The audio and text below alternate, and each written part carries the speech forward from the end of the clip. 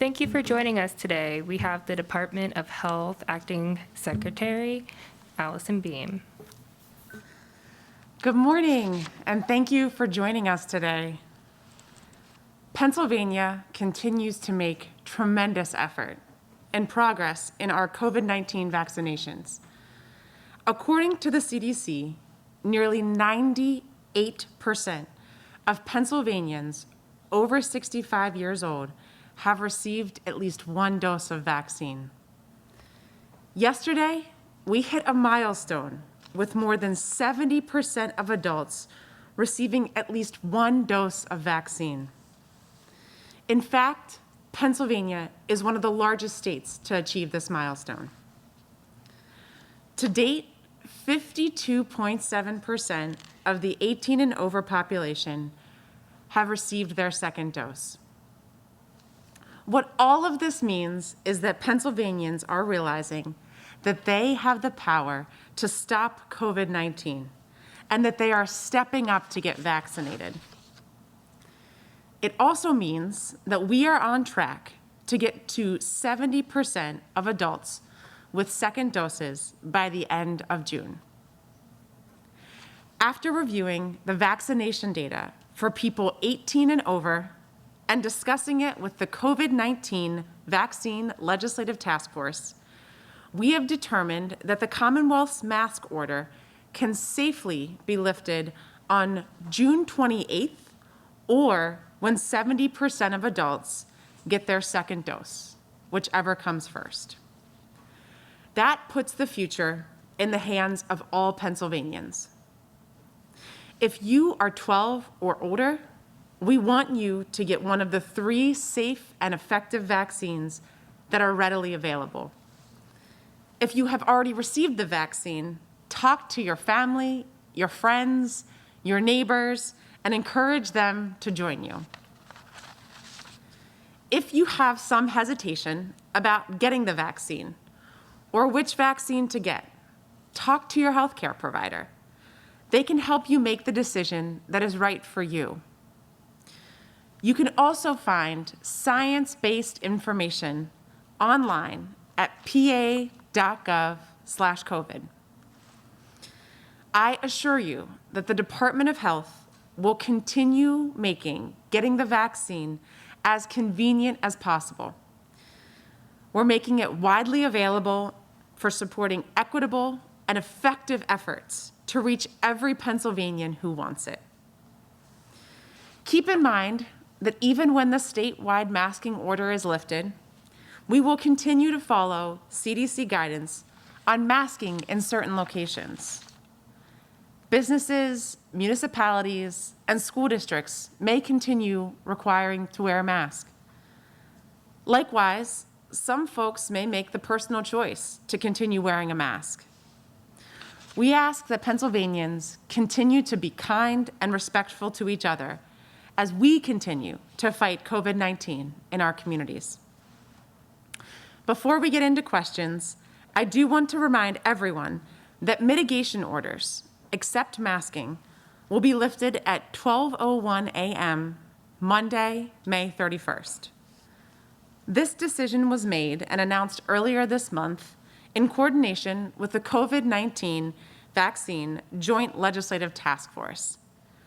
More details about those changes are provided on our website, health.pa.gov. Thank you. And now I'm happy to take your questions. Thank you, and we are going to take questions in the order of RSVP and limit it to 1 question per reporter. So first, we have Taylor Tasha from ABC 27.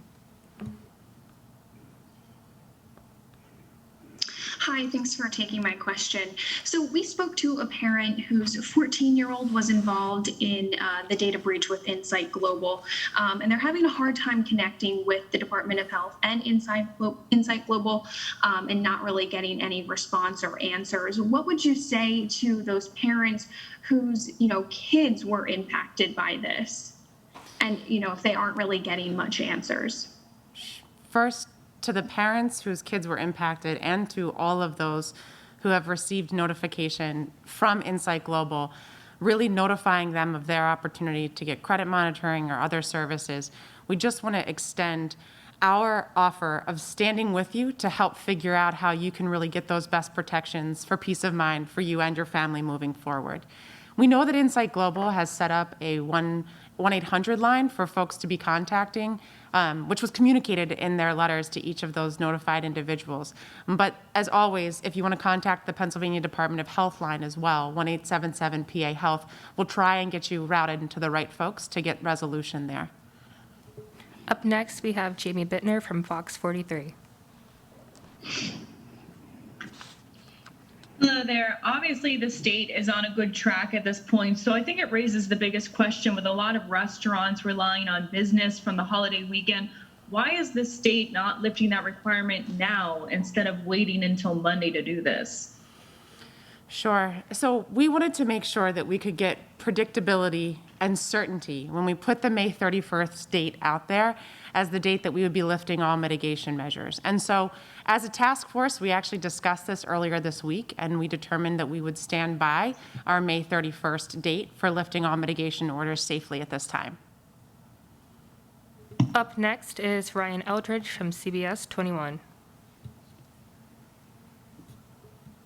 Secretary, thanks for taking the time to answer questions. The question that I had was, if we get to June 28th and we're not at 70%, does the mandate still get lifted? Because as we know, some people don't show up for dose 2.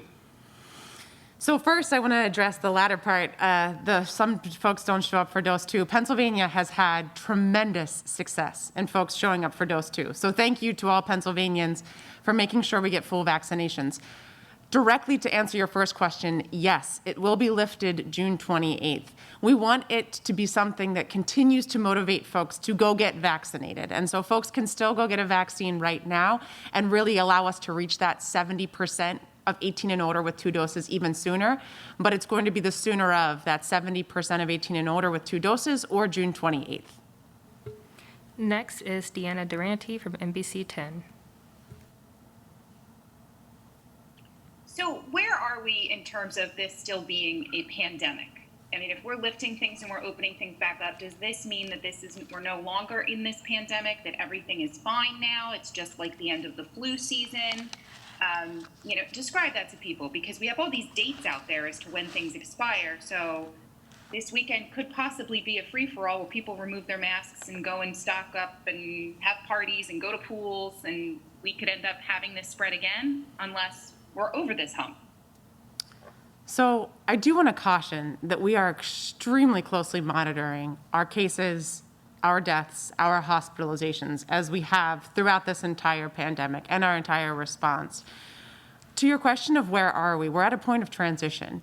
There's a point where the state wants to make sure that folks also take self-responsibility for how they're going to safely conduct their lives and their family lives in the communities moving forward. And at this time, that's more indicative of why we want to lift the mitigation orders and really progress safely to even lifting that masking order so that folks can self-regulate and be able to bring back some activities that maybe they were engaging in pre-pandemic times, but do it safely and do it acutely aware of the risks that are still posed by COVID-19. Next, we have Erin McCarthy from The Inquirer. Hi, Secretary Beam. Thanks for taking the time to answer questions today.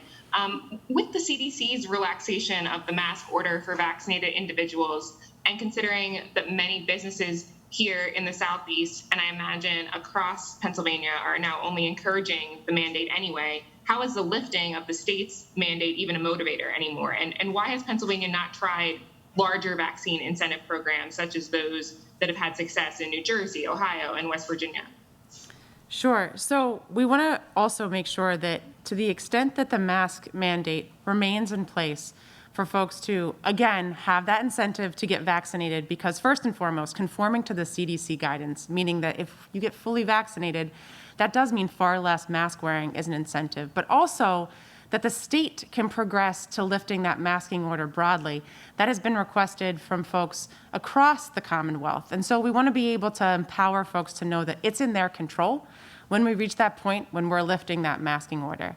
Incentive programs broadly are still being contemplated between the Legislative Task Force, the Governor's Office, and the Department of Health. At this stage, we've seen such great success and progressed so successfully with our vaccination effort that they were not going to be deployed outside of that 70% of 18 and older getting their second dose for lifting the masking order. But there's also an opportunity to continue that discussion with all options on the table. Next, we have Jim Melwart from KYW.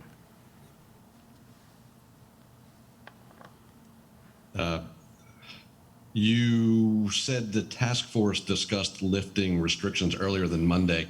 If you could, what were those discussions and why, beyond just predictability, was it decided to wait until Monday?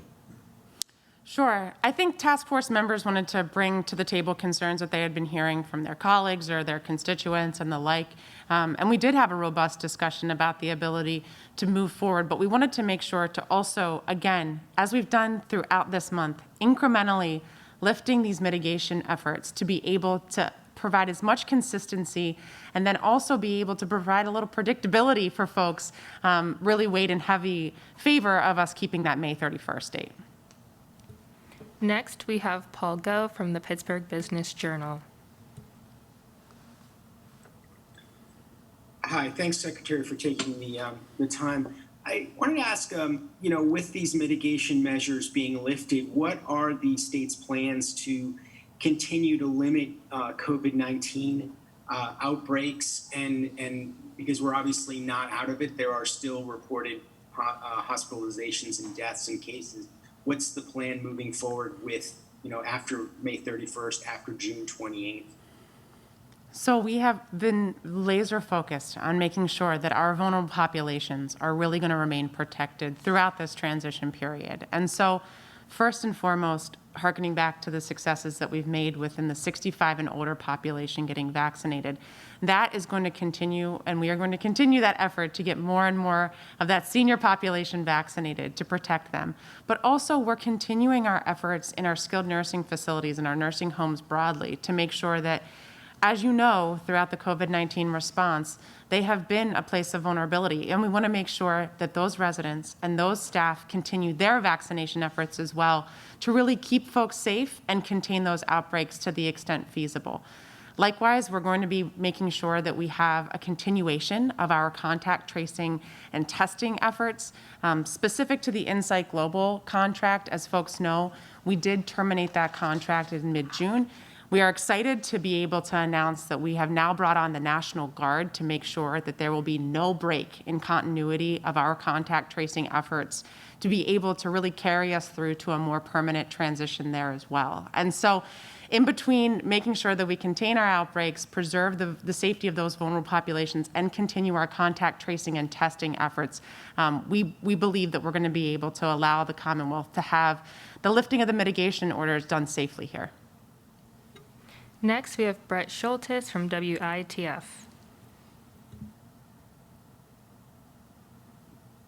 Hey there, I believe I'm unmuted now. Thank you for taking the time, Secretary Beam. So we know that something like 18 colleges at least have said students will have to be vaccinated in the fall. And I know there's conversations going on at the school district level about vaccination plans. So I just think, we have good questions here about, with seeing the trend decreasing and everything. Is the pandemic over? So on that note, for the fall, what are you now recommending? And is that guidance sort of changing as you look at some of the numbers and the vaccination rates, specifically for school districts and for colleges?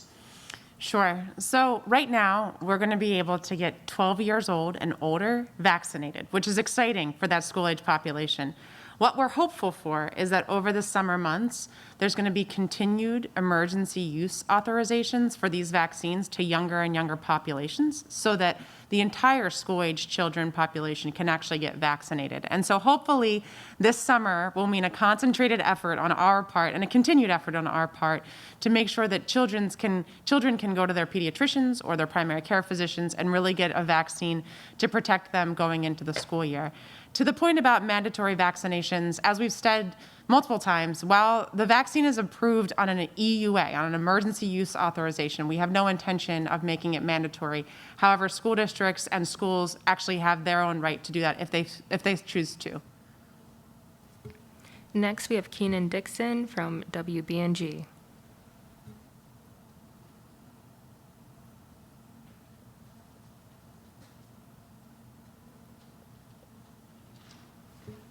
Keenan, you should be able to unmute.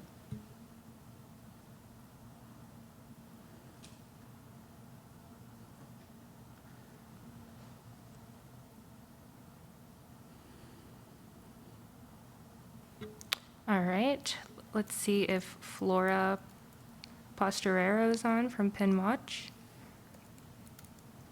All right, I don't see Flora either. So we're going to move on to Sam Rowland from YDR. You should be able to unmute now, Sam. Thank you very much.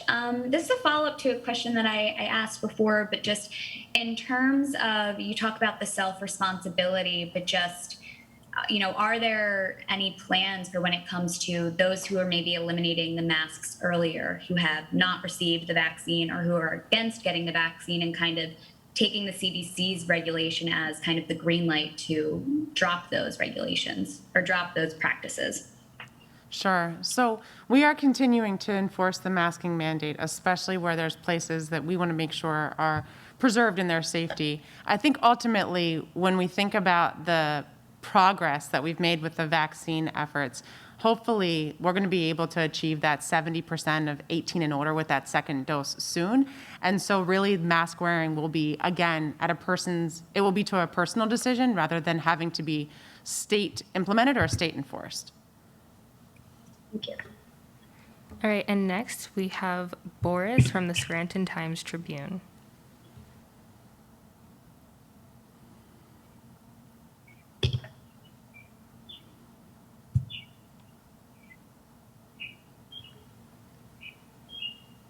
Boris, are you able to unmute? If not, we'll move on. Sorry. Can you hear me now? Yes. Okay. I was wondering if you could recap the masking requirements that will remain after Monday. And also, are you at all concerned that we have about 11,000 deaths since the beginning of the year, which is, only 4,000 fewer than we had all of last year. Is there any concern that by doing this, that you're going to reignite the spread of the disease? Sure. So by the year-over-year comparisons, I think what you have to remember is the vaccine is the game changer, right?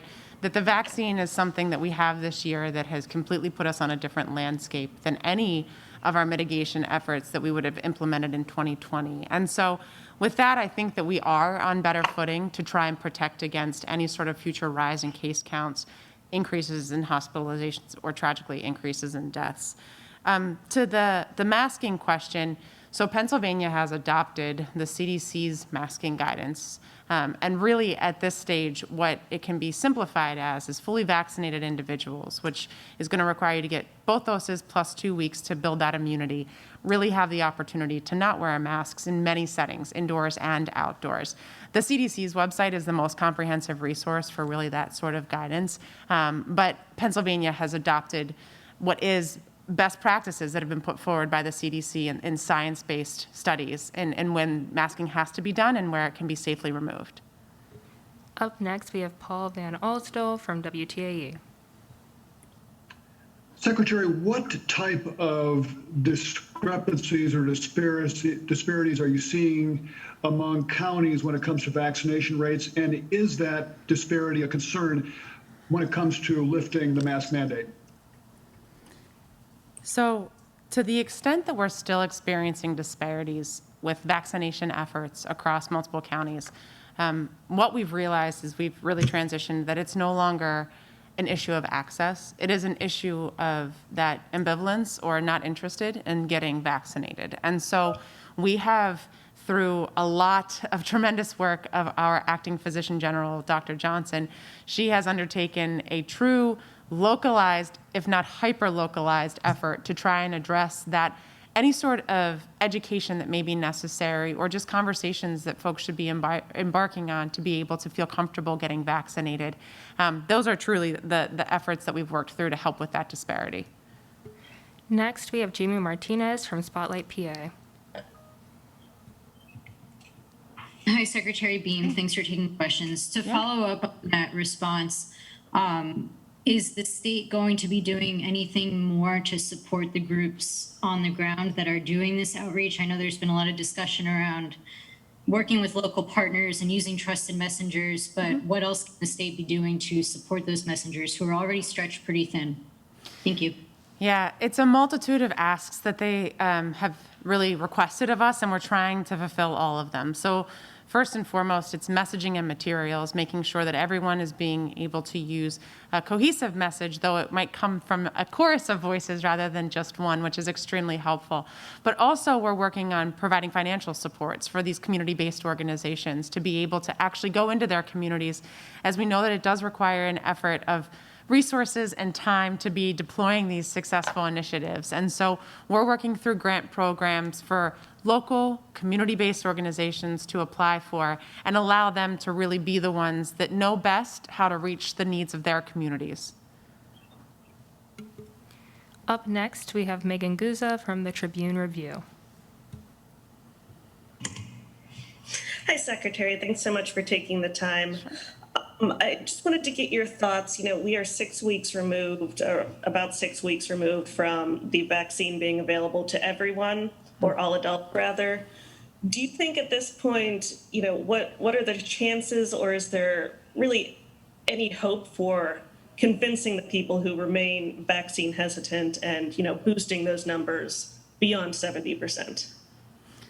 So I do remain hopeful. I think we've probably already exceeded some of the more realistic expectations. And so I think it's for us to be aggressive on making sure that we do exceed that 70% with folks that have gotten that second dose.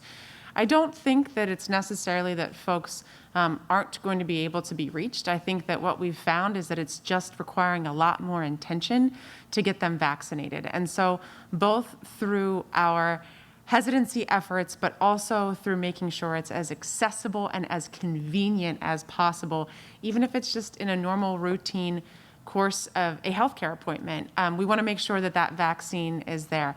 The fact that we still have tens of thousands of folks getting vaccinated every day in this state is a tribute to all of the Pennsylvanians who are still interested in getting vaccinated, and we're incredibly grateful for that. We're just going to continue to really support others that haven't been vaccinated in every way to make sure that they know that this is our safe, effective tool for getting our communities back to normal. Next, we have David Winter from Penn Live. Thank you.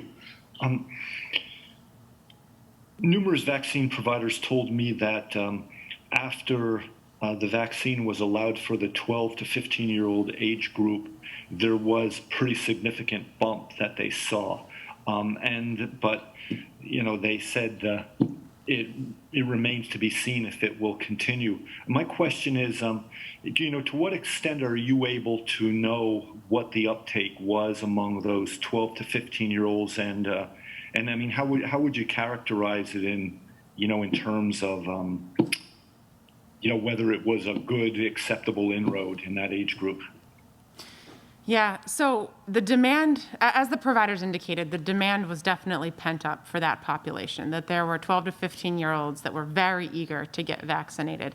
And in those first few days of us having a network that was readily available for that Pfizer product, which is the only approved product for 12 to 15-year-olds at this point, be ready to be injected into arms as quickly as possible, we were able to meet that demand, which I think is a true testament to the success of the provider community and their preparation for what was that imminent approval of Pfizer down to 12 years old.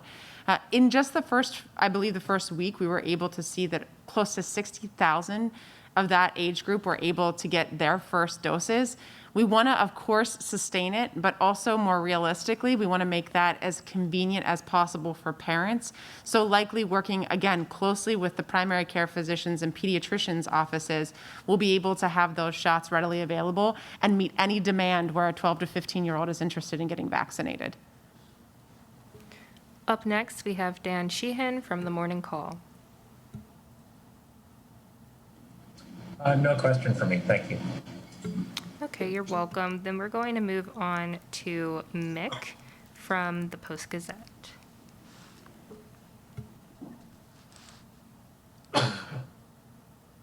I've got no questions either. Thanks. Sure thing. All right, give us one moment here. Next, we have Scott Beveridge from Observer Reporter. Hi. What I wanted to ask was, the people who are getting the sickest and the ones who are dying, are they still largely the unvaccinated?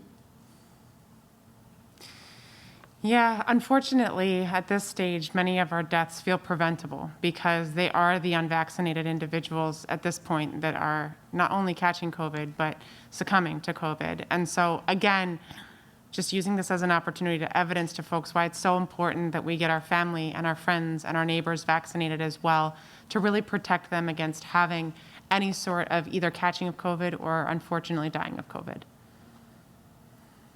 Up next, we have Sean Hamill from the Post-Gazette. Hi, Secretary. Thank you for taking time. Yesterday, you issued an update to the order regarding daily reporting from nursing homes, making it a weekly reporting. I found that curious because it seemed to be an effort to help them, given the circumstances and the ongoing effort to vaccinate everybody in those facilities and recognizing the pandemic. But you know well that a third to a quarter of all those nursing homes still have not reported data on cases and deaths to the state.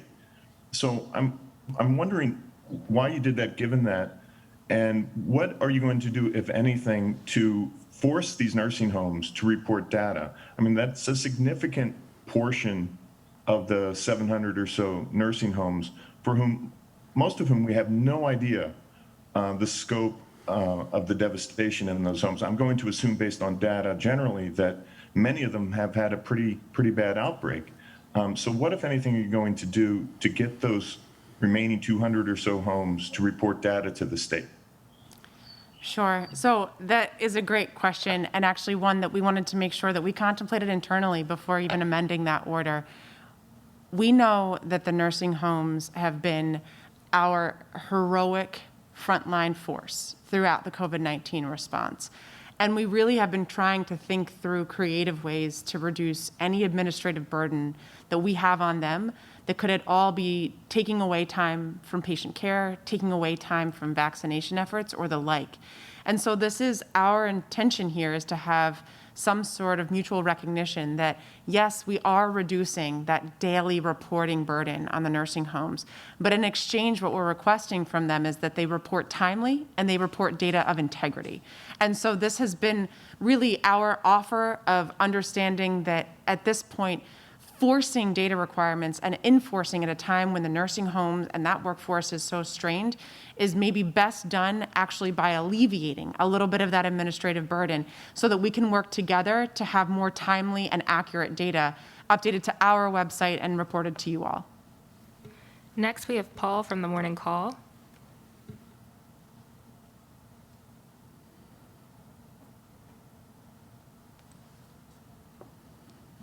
One more try here for Paul.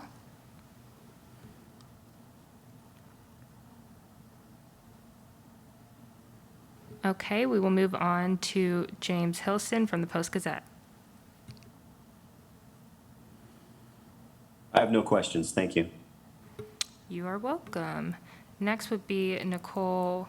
Well, I don't see Nicole Rogers, so we will move on to Tom Lehman from WGAL.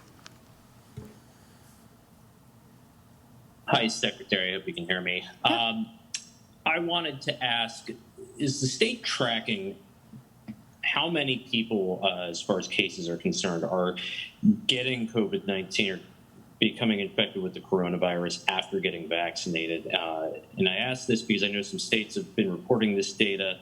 I don't know if this is widely available with Pennsylvania, but I know that with so many more people vaccinated, it's probably something that is cropping up more. And I'm wondering, is that happening? Is the state recording that data? And Do you have any kind of a grip on what rate we might be seeing right now? Sure. So as with many aspects of COVID-19 data, this is, of course, a complex one to answer because it requires us not only understanding who has contracted COVID-19, but if they have been vaccinated, including if they've been fully vaccinated, meaning both doses, and that immune buildup time has happened afterwards as well. We are working very closely with the CDC to understand the presence of what are those breakthrough cases, really where folks have contracted COVID-19 after getting immunized. But it does require a very in-depth investigation on our part to make sure that we have all of our data right.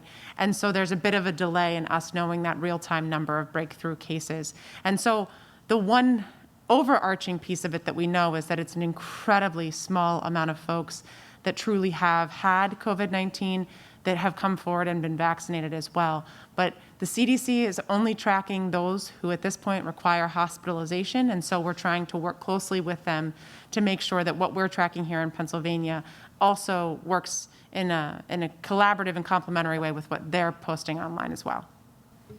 Next, we have Julian Ruth from the Post-Gazette.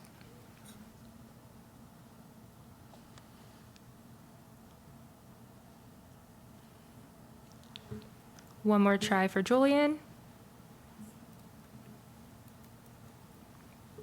Okay, we're going to move on to our last reporter, Shannon Lilly from WTVR. Yes, thank you so much. I'm out of Richmond, Virginia, and I was wondering, you are, one of the 10 states in the country now to meet this milestone of vaccinating 70% of adults with one dose. So how or why do you think Pennsylvania has been able to vaccinate so many people much quicker than many other states in the country? And how were you able to get vaccine to those who are most hesitant? Sure. So the how and why is absolutely in partnership with our provider community. The providers have been tremendous. They have endured a tough spring for all of us to understand the logistics around what is hopefully a once-in-a-generation vaccine rollout. But they have been incredibly helpful with making sure that we're moving the vaccine product in a way that is convenient as possible to get vaccinated and done as effectively as possible. To address hesitancy, we started back in January designing our hesitancy campaign because while we were at a point where we knew demand far exceeded supply, we also knew we would reach the point whereby we'd be sitting with much more supply and we'd have to be ginning up demand. And so through the tremendous efforts of Acting Physician General Dr. Johnson, she's really been able to lead a hesitancy campaign that meets people of different walks of life, leverages a very localized, community-based organization effort, and really she's been able to, I think, use her clinical experience to help educate folks on the safety and the efficacy of the vaccine, even in some of those more reticent communities, and really change minds and hearts to understand that this is our safe and effective tool of getting out of COVID-19. Thank you. That is all the time we have today. A PA cast will be available later, and a press release did go out on this topic. Have a good day.